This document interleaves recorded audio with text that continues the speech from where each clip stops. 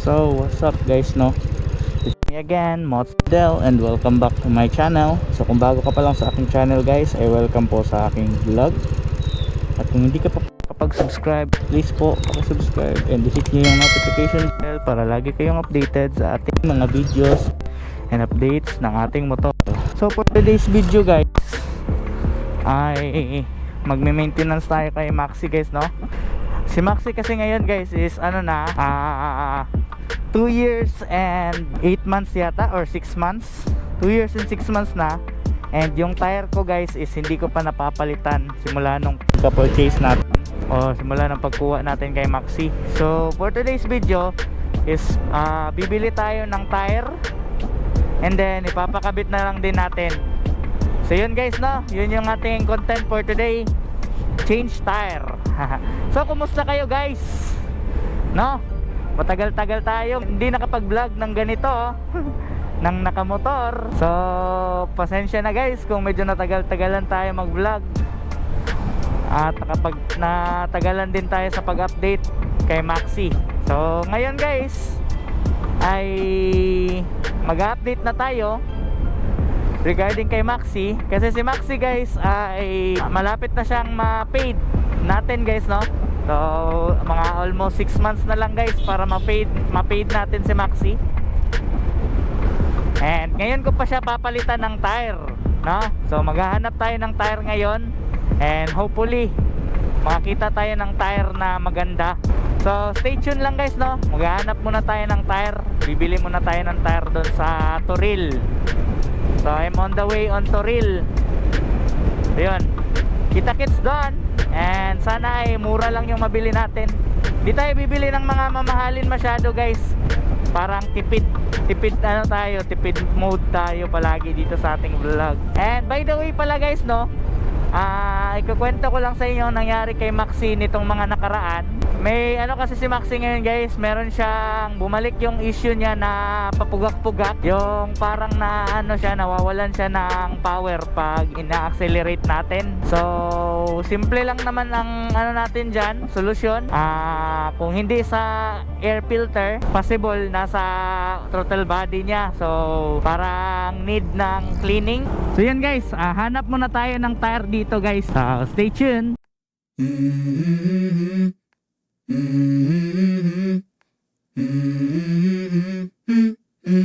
Let's go. I wake up to a little bit of drool on my pillow, feel like it's gonna be a bad day. Yeah, I'm tired of shit and the coffee ain't hit yet, damn ain't that great. Try natin dito sa depot guys kung magkano yung tire nila. Sana ay meron tayong makakuhang tire or ma-inquire na tire dito. Try natin kung anong tire nila dito. May tire sir nga pang Sir? 13 pang NMAX na Mga pilapol lang mo sir kay Pirelli, Biraber o Gurmilo. ang Pirelli, pila ang Pirelli. Pirelli, 3.9 ang likod, 3.5 ang katubangan, pero napaniles. Napanailes. Ang pinakamura ninyo, Biraber, pila po? 2.1 ang katubangan, likod kay Tuko. Pero napaniles siya. Pinakabarato dyan ang mga champion, pero ang stock, Wala lang mo stock. champion tayo. 4,050. 4,050 ang sa Pirelli or sa Biraber. Wapo na sila klase. Oh, likod ng klase. 4,050. Sige. Balik lang ko sir ha. Salamat kayo. Meron tayong na-inquire guys, Biraber at saka Pirelli. Pero problema, kulang sa budget natin. So dun tayo sa medyo mura lang. Kasi 3,000 lang yung budget natin eh. Budget meal lang yung natin guys. Meron kasi ako na-inquire last time, Shipa yung brand. And then mura lang siya. 1,000 plus lang yung bawat isang dito tayo sa 2G. Mura lang. So yun lang yung bibilin siguro natin. Kasi yun na yung na-inquire ko last time. So tingnan natin kung yung brand ba na yun ay sulit ba. Sulit sa motor natin at makapit pa siya. So try na lang natin yung brand na yun guys, Shipa. Dito tayo sa 2G. Tire ako sir. Tire. Katong tagpila kayang Maxis set sa kanang ingani oh, NMAX. Pang NMAX nga kuan. NMAX ra man apod siya nga ano. Stop pa lang kayo, upsize na. Ha? Naka-restock pa na, Restock pa. Inbox, no? Ang atubangan. Pareho mo siya sa NMAX. Rosé man na, pero pareho sa NMAX. Kasi yung round sa likida na. Ah, 13. One yung Maxis, no? Maxis. Try lang ako inquire kung pila. Maxis, buwan. 165.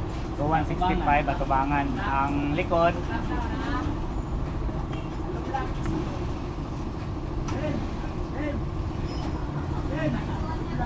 2755. total niya mga 4 plus. Pero napod may barato ana na. Ining buwan. Rayon. Sa tubangan sa Rayon sa 950. Katong sipa na, di ba natong sipa bot? Ay, sila rin. Ang tubangan mo sa sipaw, wala sa sipaw. Urot na.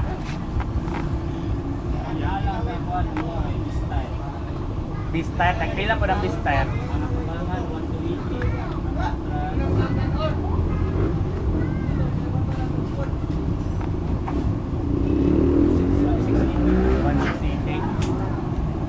Bistar na lang siguro. Pilang total ana mo dagan bag mga 3 mil. Sige na. Wana ang size ganin niya boss kay 110 130. Wholesale? Wholesale mo na. Kanang gagmay. Guys. Bistar na lang. Ganda.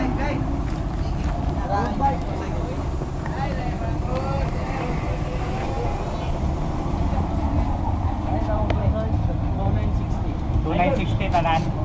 130 o 110 no? Kato na lang, Bistar na lang. So yung na-enquire natin guys is Bistar na lang. Yung nire-recommend ni Reed yung mga ganito Bistar. So maganda namang klase yung Bistar guys. Ito yung Maxi sana pero medyo mahal. Try muna natin yung Bistar kung matatagal ba. Shipa sana din yun, kaso problema lang wala na silang harap, likod na lang. Buti na lang may Bistar, yun naman yung first choice ko talaga.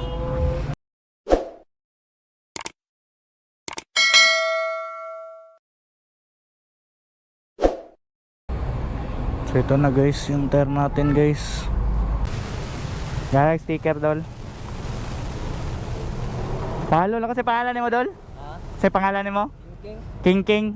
King King. Tagay lang po din mga kauban King. Diyan na tanan. Tagay na lang, paki-subscribe na lang ko. Salamat kay King. Mara na sa YouTube. YouTube, Facebook. Salamat kay King. So guys, no, nakabili na tayo ng tire guys. Problema, wala tayong nabiling brake fluid cap na screw. May kalawang. So need natin na bumili nun. Pero next time na lang. Yung Bistar na lang muna yung papakabit na lang muna natin to. So yun, paano to dadalhin? Paano to dadalhin guys? Puro kuha na. Sepal, na tali.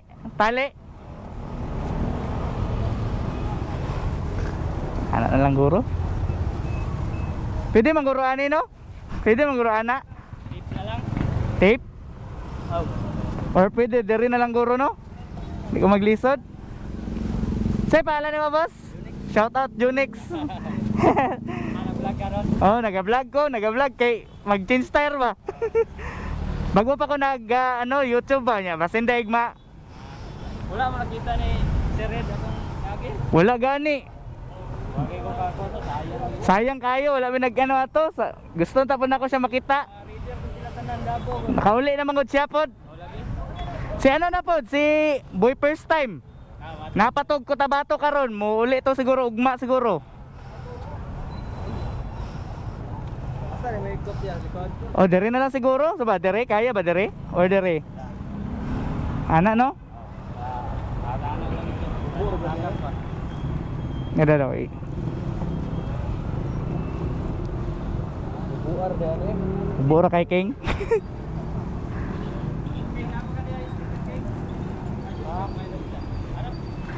Naot dai, maura kong dala manggod, naurot na nako. Balikan lang tamo boss. Balikan lang tamo dere. Permente bitaw ko gapalit dere. Kulangan basta. Kahit na siguro na, basta mahigtan lang ah. Okay naman yung isa. Goods na. Salamat kay King King. Salamat. Okay guys. Yun guys, pakabit na lang natin to. Yun guys. Nakabili tayo ng ano guys. Pa-record ba? Yun guys, nakabili tayo ng Beast tire. Pero di tayo nakabili ng fluid, brake fluid cap na screw. Yun na naman yung bibili natin next time. Yun guys, marami tayong nabigyan ng sticker kanina guys, no, doon sa 2G. Yung mga kaibigan natin doon, sila Laking King, yun yung nag-assist sa atin para makahanap ng ano, brake fluid na screw. Salamat sa pag entertain King King and si Boss Junik. Yun, salamat sa inyo, shout out. Sana ay mag-subscribe kayo. And i-shout out ko na lang kayo sa video natin. So kung may mga ano kayo, kailangan kayo part ng motor, dyan kayo sa 2G. And mura din sila guys, meron silang murang tire. Actually yung tire na nabili natin ngayon guys is 2.9 lang yung nabayaran natin. And Beast tire to, yung nire-recommend ni Boss Reed, yung tire na ini-endorse ni Boss Reed, Beast tire. So napakagandang tire naman daw yan, sabi ni Boss Reed. So try natin. 2.9 lang yung nagastos natin dito sa tire natin. Try natin tong performance ng Beast tire, kung hanggang kailan or hanggang saan siya aabutin. At sana ay di siya ma-flat. And isa pa, nakagandahan nito guys is meron na siyang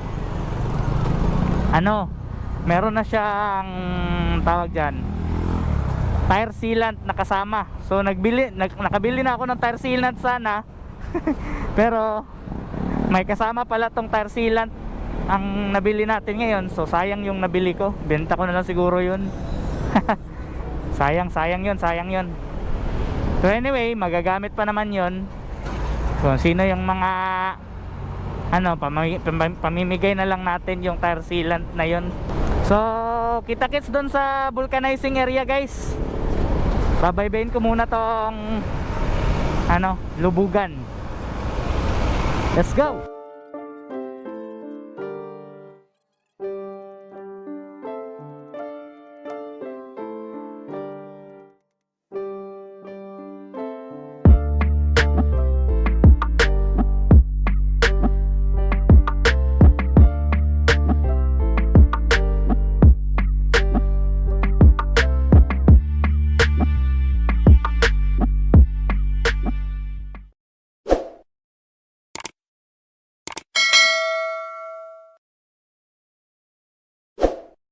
So guys, tapos na natin mapa-change tire si Maxi guys.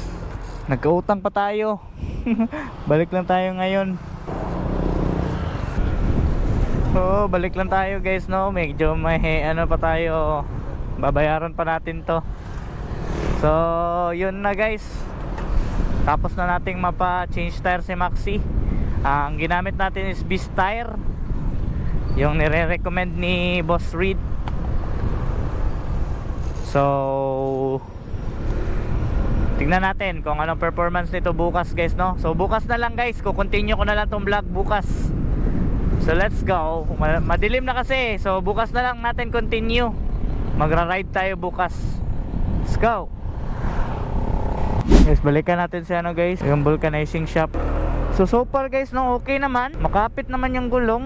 Anytime guys, hindi na tayo matatakot mag-ride ng malayo kasi nakarating na tayo. Yun. Boss, 800 na. Salamat. Okay, lamat kayo. Iya pala boss. Okay. Okay, salamat, salamat. Hey, medyo malaki-laki din palang gagastusin mo bro pag nagpapa-ano ka, pag magpapa-change tire ka. 800 yung nagastos ko sa pagpapa-change tire, guys. Tapos bumili pa ako ng penetrating oil para matanggal lang yung gulong sa likod. Pero okay lang. Isang beses lang naman yan sa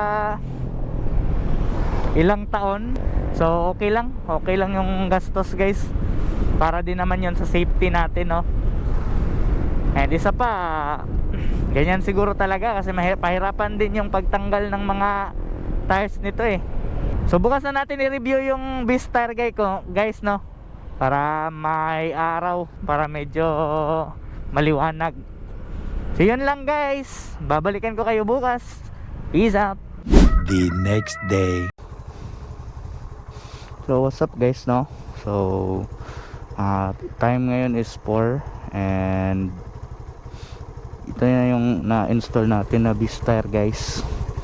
Yan. So iti-test natin siya ngayon at pupunta tayo ng Kalinan. Sana ay hindi tayo abutan ng ulan. So yan, test natin yan, guys. Test natin tong gulong natin kung gaano siya ka sa kalsada, gaano siya kakapit. Ang tire pala natin, guys, is beast tire, yung flash. So yun, test natin kung gaano siya kaganda sa kalsada. So nagamit ko na siya ng ilang araw, guys, no, kasi medyo na-delay tayo ng ilang araw sa pag-test ngayon. At makapit naman talaga siya, guys. Sobrang kapit niya. At hindi ako nakakaramdam na parang nadudulas. Sa halagang 2,960 yung nabayaran ko. Sa halagang 2,960, guys, is hindi naman siya yung parang mumurahin lang na tire. At makapit talaga siya, guys. Sobrang kapit. So yun. At ang ganda pa ng groove niya. So punta tayo ng Kalinan ngayon, guys. At try natin kung makakaabot pa ba tayo. Sana ay makaabot pa tayo ngayon. Magbabayad pala tayo kay Sky, guys. Na-try ko din pala to sa yung maulan, guys, no. At sobrang ganda niya. Kahit maulan, hindi siya dumudulas. Wala talaga ako na feel na parang dumudulas siya, guys. And yun yung maganda pag may tire ka, yung safety, yung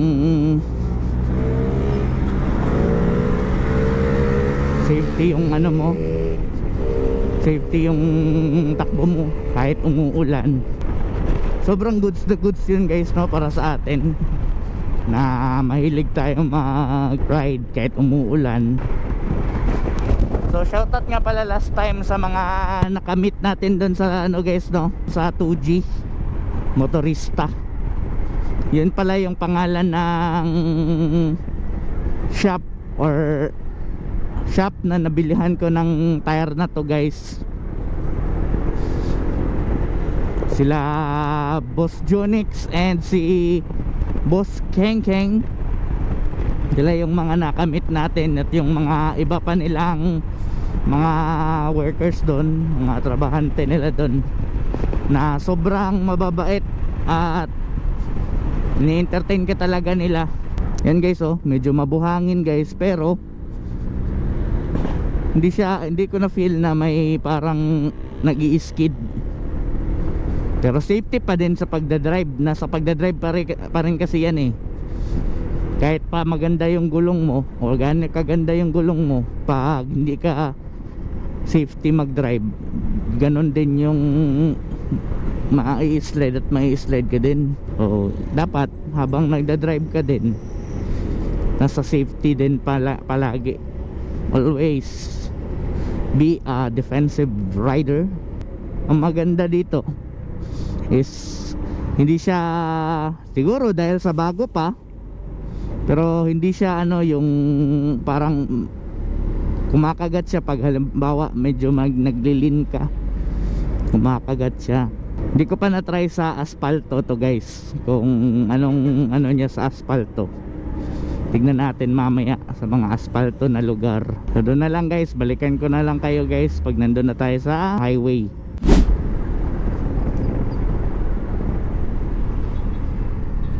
Ngayon guys ay nandito na tayo sa highway.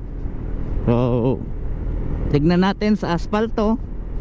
Ito asfalto to guys.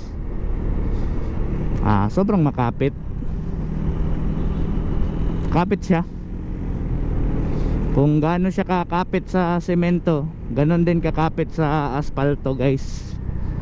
Or mas makapit pa siya kung sa asfalto. So yun guys no, tinesting natin yung gulong natin sa asfalto, semento at sa mga rough road no.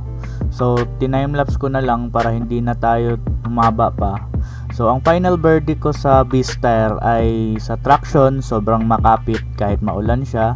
At siguro naman ay tatagal tong tire na to kasi marami akong nakitang magagandang review about sa tire na to. So all in all maganda ang tire. So abangan na lang natin kung hanggang ilang taon ito magagamit. So yun no, peace out. So yun lang guys no. At sana ay nagustuhan nyo yung video natin for today guys no. At kung nagustuhan mo man guys, subscribe, hit the notification bell, and yun guys, update kayo sa mga video natin, upgrades ng ating motor. So yun guys no, hanggang dito na lang. Salamat sa panonood. Mods Didel signing out. Peace and peace out. Let's go.